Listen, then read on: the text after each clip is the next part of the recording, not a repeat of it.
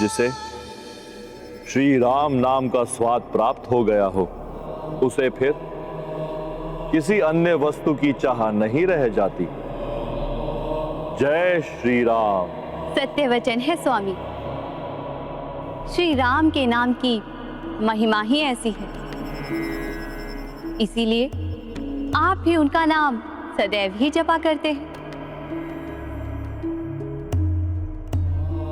देवेश्वरी, श्री राम का नाम मात्र एक नाम ही नहीं, दर्शन भी है, एक सोच है। जहां श्री राम का नाम है वहां धर्म है।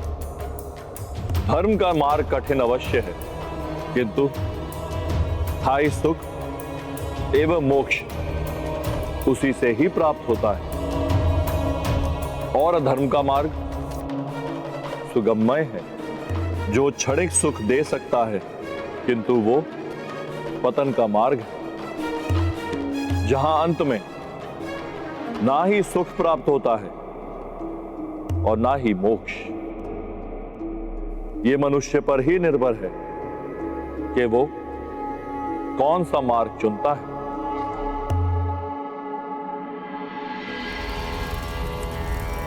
ओम भू ओम भुवः ओम स्वः ओम महा ओम जदा ओम तपः स्वाहा स्वाहा स्वाहा।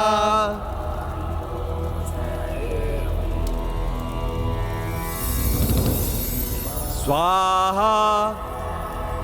ओम भुवः ओम स्वः ओम महा ओम जदा ओम तपः स्वाहा स्वाहा।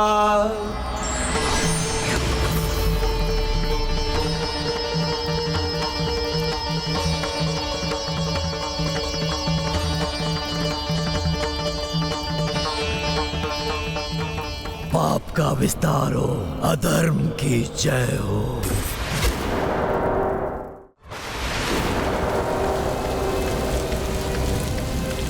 दुग्ध में जल मिल जाए तो जल का मोल भी दुग्ध के समान ही मिल सकता है।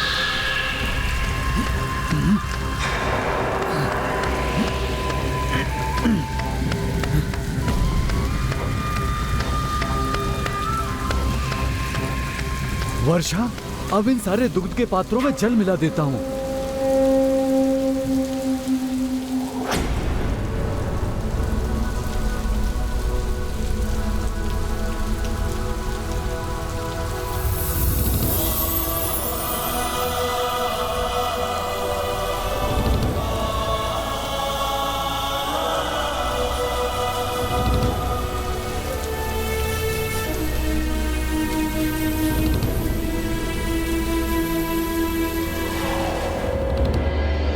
अनमोल शिक्षा को बिना मोल लिए दे रहे हो।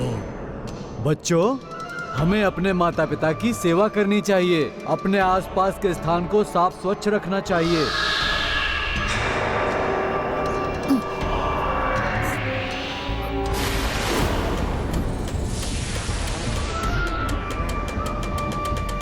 बस बहुत हो गई निःशुल्क शिक्षा। अब अगर शिक्षा प्राप्त करना है तो धन लेकर आओ। और बालिकाएं ना आए, इन्हें शिक्षा की कोई आवश्यकता नहीं है। जाओ जाओ यहां से।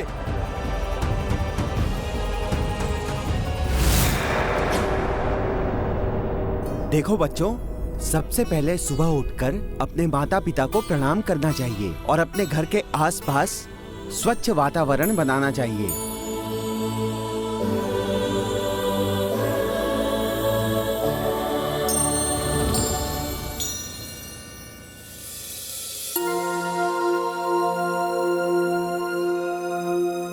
इन्हें कहाँ ले जा रहे हैं श्रीमान? श्री राम के राज्य में बालिकाओं का भी शिक्षित होना अनिवार्य है, क्योंकि शिक्षित बालिकाएं घर परिवार को अच्छी शिक्षा और अच्छे संस्कार दे सकती हैं। एक सुदृढ़ राष्ट्र की नींव शिक्षित बालिकाएं ही डाल सकती हैं। धर्म एवं सदाचार की गंगा प्रवाहित हो रही है अयोध्या में। अंततः सुखमय राम राज्य स्थापित हो ही गया यहाँ। आशा है शीघ्र ही ऐसा राम राज्य समस्त संसार में भी विस्तारित हो जाएगा। राम राज्य का ये स्वप्न शीघ्र ही टूट जाएगा। तुम अधर्म के विस्तार को नहीं रोक पाओगे। चाहे कितनी भी पूजा पाठ, दान धर्म या ब्राह्मण भोजन कर लो राम।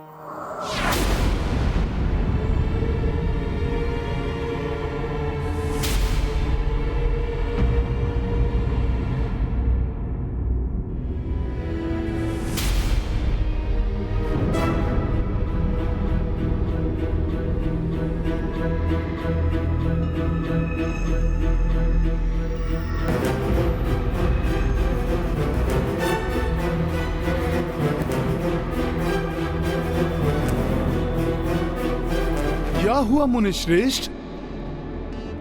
आप अकस्मात ही आसन से क्यों उठ गए हैं? मुझसे कोई भूल हुई है क्या मुनिवर?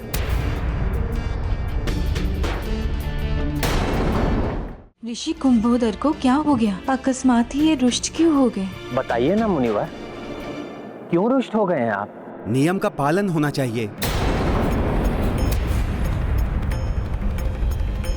श्री राम, मैं आपके हाथ से दिया हुआ ना कोई दान ग्रहण कर सकता हूं और ना ही ये ब्राह्मण भोज।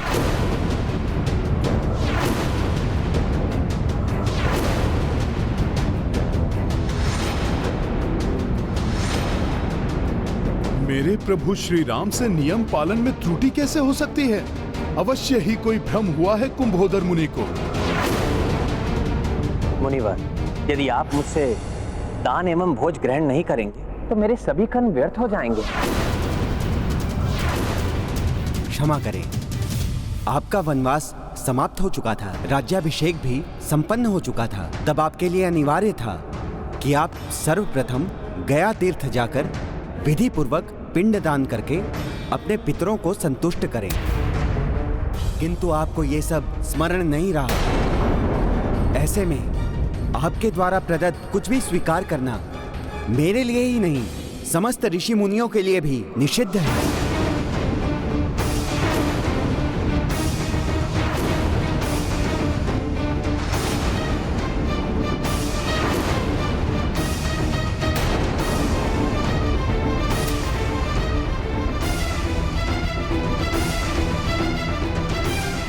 राजा हो या सामान्य नागरिक, संस्कार और धर्म की मर्यादा का पालन सभी के लिए अनिवार्य होना चाहिए।